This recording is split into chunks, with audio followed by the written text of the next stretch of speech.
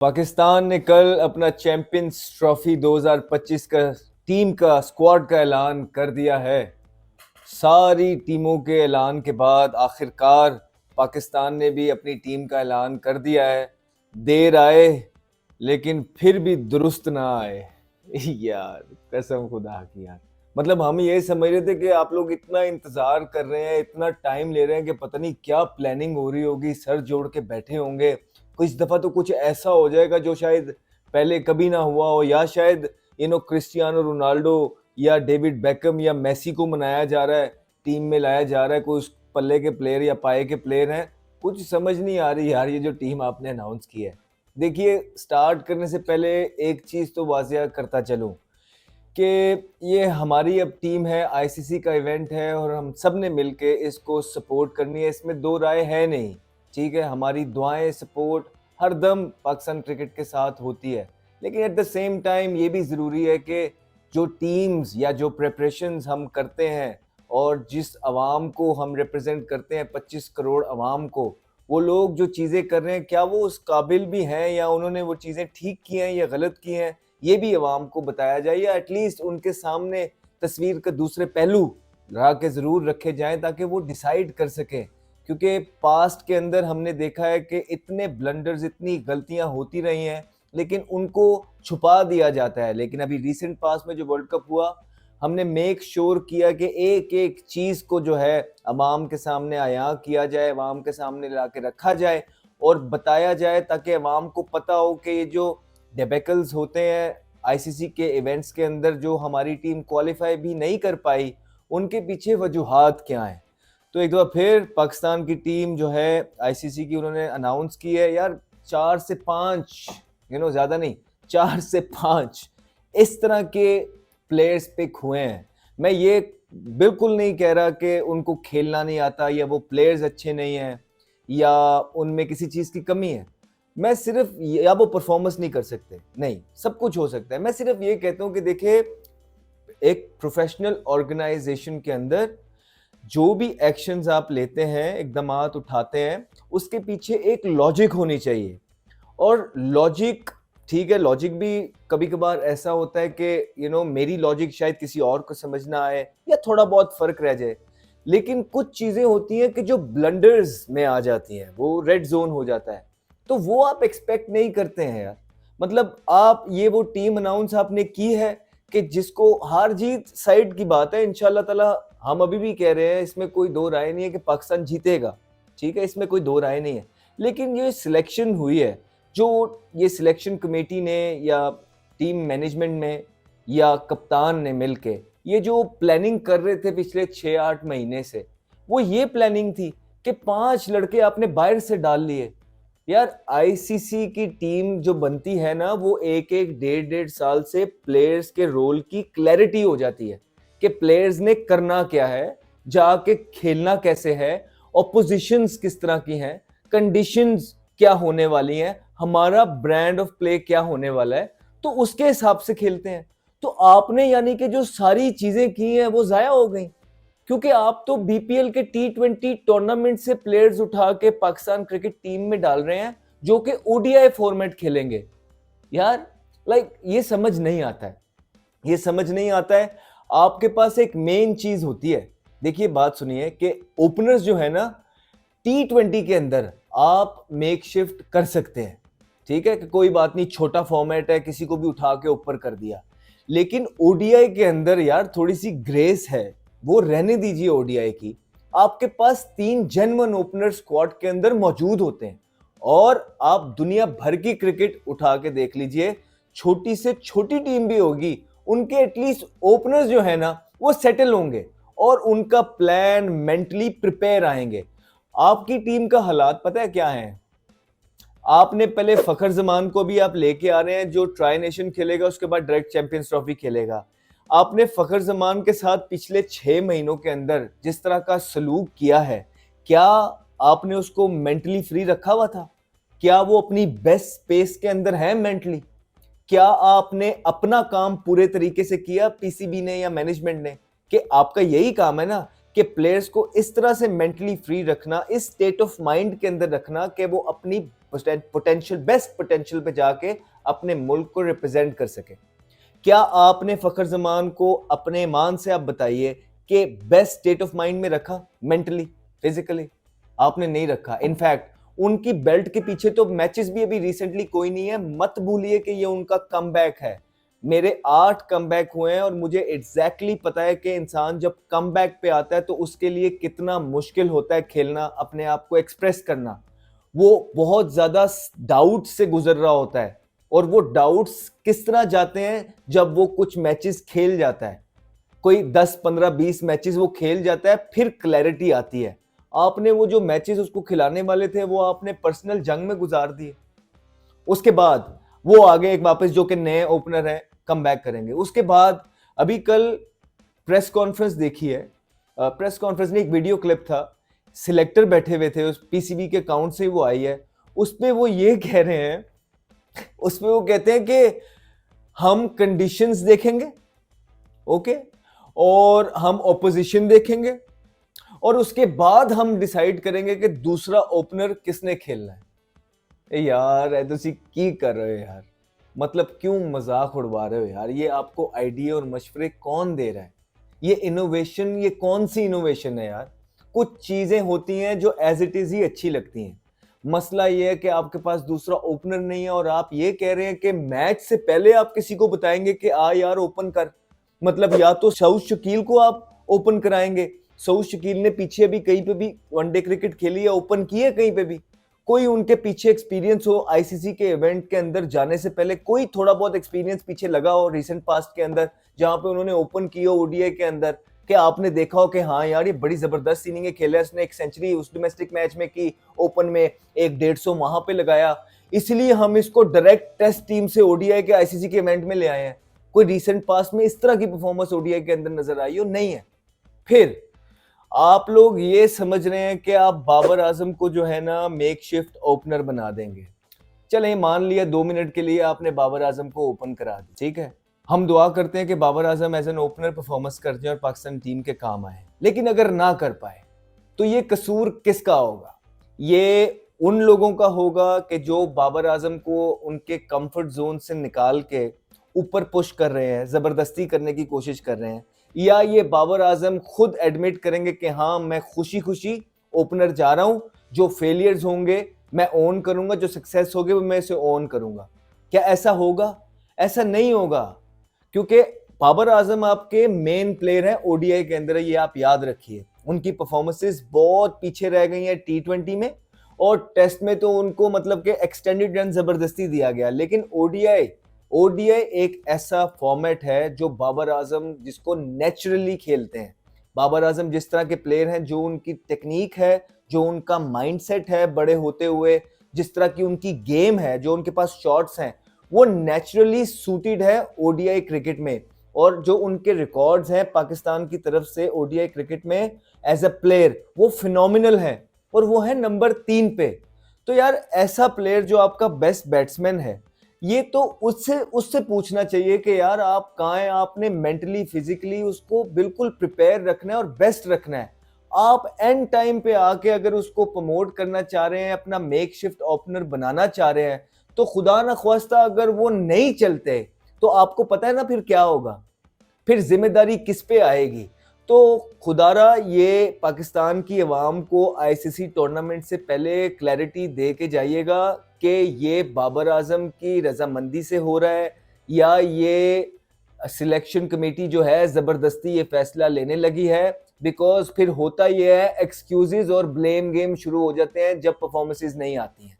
मेरा मानना यह है कि बाबर आजम को ये उनका फॉर्मेट है, हमें पूरी सपोर्ट करनी चाहिए। जो नंबर बाबर आजम को पसंद है, जहां पे वो कंफर्टेबल हैं, उनको वो नंबर प्रोवाइड करना चाहिए। बिकॉज ये जो टूर्नामेंट है बाबर आजम के लिए बहुत इंपॉर्टेंट है, पाकिस्तान के लिए तो इंपॉर्टेंट है, लेकिन बाबर आजम और हमारे 3-4 और सीनियर प्लेयर्स जिनको 6-8 इवेंट ऑलरेडी मिल गए हुए हैं, ये उनका मेक और ब्रेक टूर्नामेंट होने वाला है। और इस टूर्नामेंट के अंदर बाबर आजम की बहुत परफॉर्मेंसेज हैं ओडीआई में, वो डिजर्व करते हैं कि जहां बाबर आजम कंफर्टेबल हैं वो वहां पे क्रिकेट खेलें।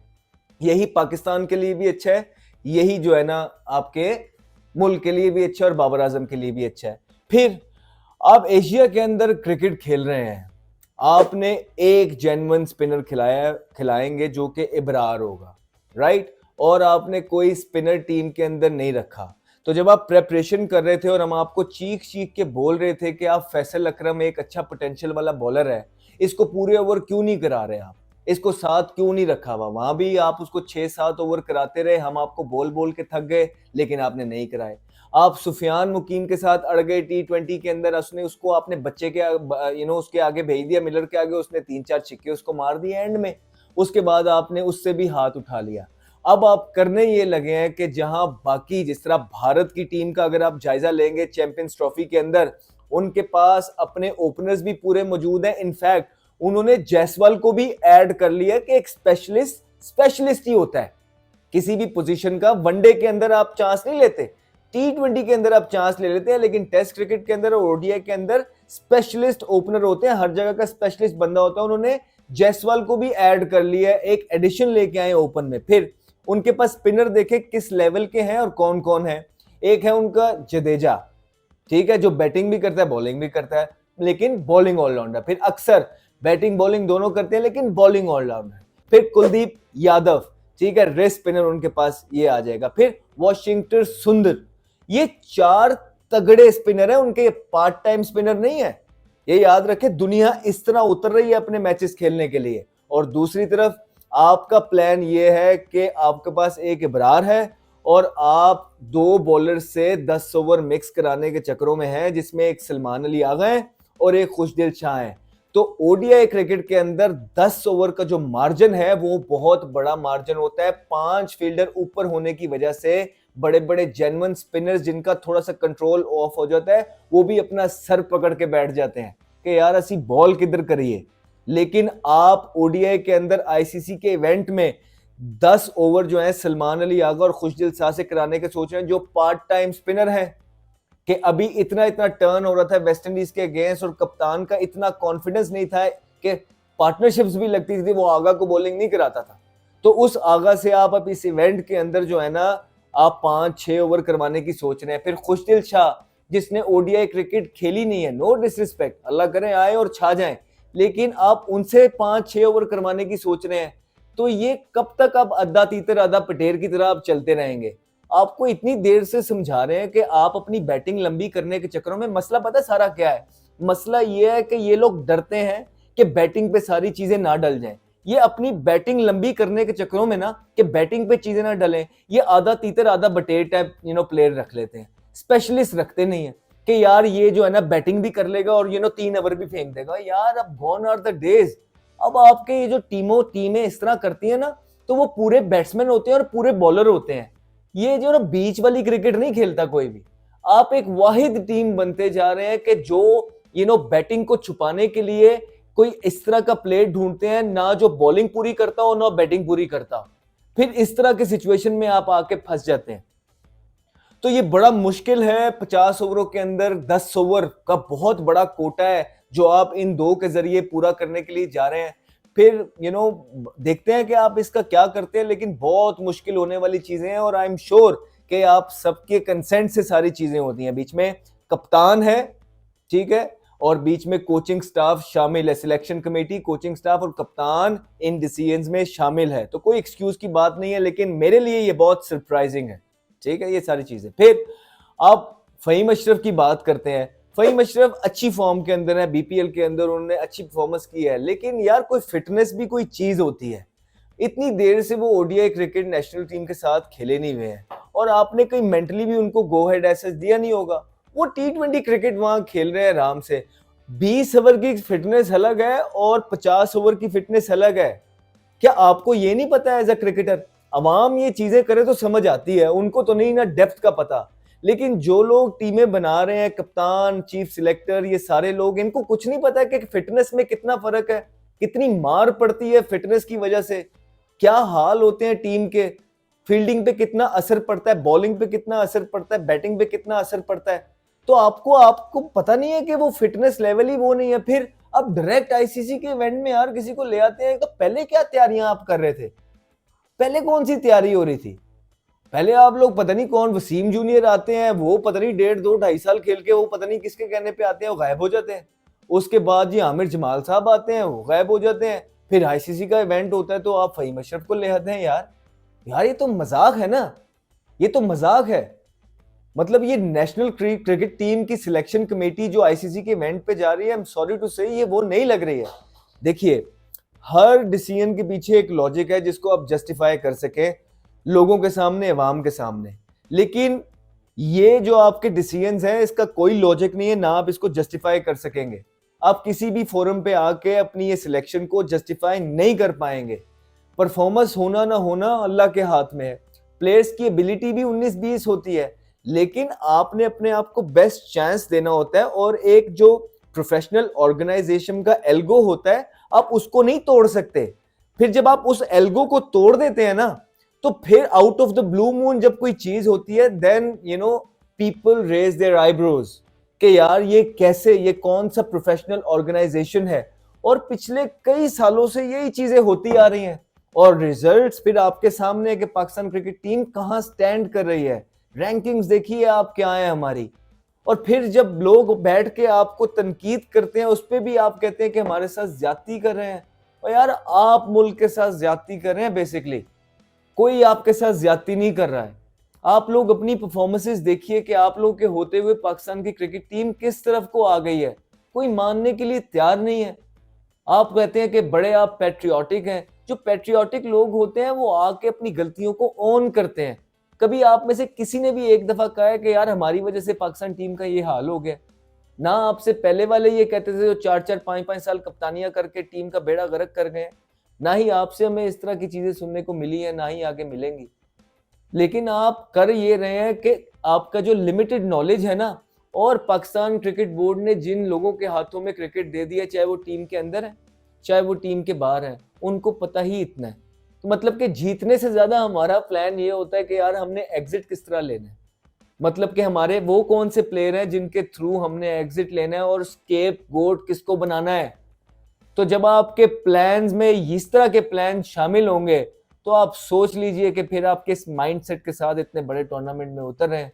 और एक दफा फिर पाकिस्तान आईसीसी के इवेंट में उतर रहा है। सबसे लेट पाकिस्तान ने टीम अनाउंस की, और टीम जब अनाउंस की उसमें से इस तरह के सरप्राइजेस थे जो पाकिस्तान और पाकिस्तानियों को डाइजेस्ट नहीं हो रहे हैं, और उस पर हमने ज़रूर एक नज़र डाली है। दूसरे देखें आप, पूरी दुनिया के कितने कितने स्पिनर्स लेके आ रहे हैं। आप न्यूजीलैंड के साथ आपका मैच है, आप उनकी टीम देखिए कितने स्पिनर्स हैं। भारत के साथ आपका मैच है, आप उनकी टीम के अंदर देखिए कि कितने स्पिनर्स हैं, कितने जेन्युइन हैं, कितने पार्ट टाइम हैं। और फिर आप अपनी टीम की तरफ जो है थोड़ी नज़र दौड़ाइए। ऐसा नहीं हो सकता कि बाकी पूरी दुनिया गलत कर रही है और आप अकेले ठीक कर रहे हैं। बेसिकली आप खुद ही लाफिंग स्टॉक बनते हैं मार्केट के अंदर इस तरह के डिसीजंस लेके। और फिर जब आपकी परफॉर्मेंसेस ऊपर नीचे होती हैं, लोग आपको क्रिटिसाइज करते हैं, तो फिर आप लोगों से गिला करते हैं। लेकिन लोगों से गिला करने की बजाय अगर हम सब अपना काम ठीक तरीके से करें, ऑनेस्टी के साथ करें, तो शायद पाकिस्तान का फ़ायदा हो। लेकिन अभी तक जो चीज़ें नज़र आ रही हैं वो बड़ी डिसअपॉइंटिंग है। लेकिन अब के बाद हमारी पूरी कोशिश है कि हम पाकिस्तान क्रिकेट टीम को जो भी टीम इन्होंने बना दी है, और पाकिस्तान जब आईसीसी का टूर्नामेंट खेलने जा रहा है, हम इनको सपोर्ट करेंगे, हम इनके पीछे दुआ करेंगे, और दुआ करेंगे कि ये पाकिस्तान का नाम बुलंद करें, पाकिस्तान का नाम ऊपर लेके जाएं, और ये चैंपियंस ट्रॉफी अपने नाम करें। ठीक है। और पाकिस्तान के पहले ही 2 मैच बड़े मैच हैं, एक न्यूजीलैंड का, एक भारत का। देखिए ऐसा नहीं है कि कोई पहाड़ टूटने, कभी कभार ऐसा भी होता है कि दूसरी टीम भी गंदा खेल जाती है और आपको चांस मिल जाता है। So chances are always there. Potential पे खेलना है, मिल के खेलना है, एक होके खेलना है। चीज़ें इससे बेहतर हो सकती थी, इससे बेहतर प्रिपरेशन हो सकती थी, बहुत बेहतर प्रिपरेशन हो सकती थी। इससे अच्छे कॉन्फिडेंस के साथ आप जा सकते थे खेलने के लिए आईसीसी। इससे अच्छी सिलेक्शन हो सकती थी, इसमें कोई दो राय नहीं है। लेकिन ये आप लोगों का ही विजन है, और आप लोगों ही अब जो है ना जवाबदेह भी आप लोग ही हैं। तो हमारी दुआएं आप सबके साथ हैं, हमेशा इंशाल्लाह रहेंगी। आप लोग अपना बहुत ज़्यादा ख्याल रखिए।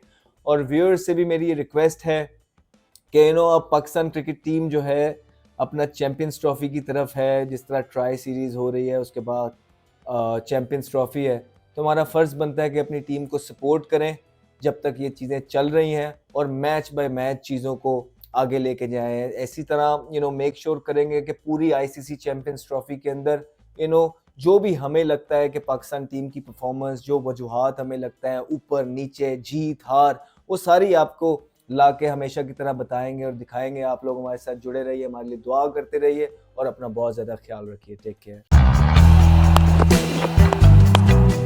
Henry, and he's got pumped for a big one. Talented young man, Ahmed Shazad.